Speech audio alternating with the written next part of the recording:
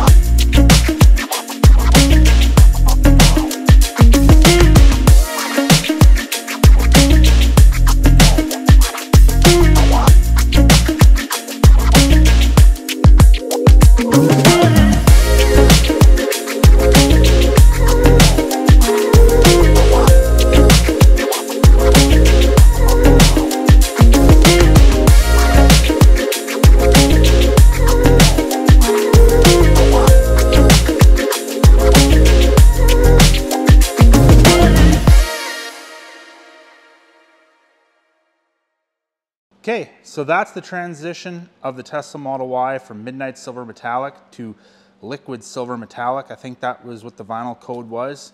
Anyways, we installed paint protection film over the whole front end, hood, fenders, bumper, mirrors, and it worked just like installing PPF on top of paint. So if you ever got a vinyl wrap done, or you're thinking about getting a vinyl wrap done and you want to protect it, yes, you can install paint protection film over top of the vinyl. Hope you guys enjoyed this video, and if you did, make sure you hit that like button, subscribe to the channel, and stay tuned for more paint protection film content.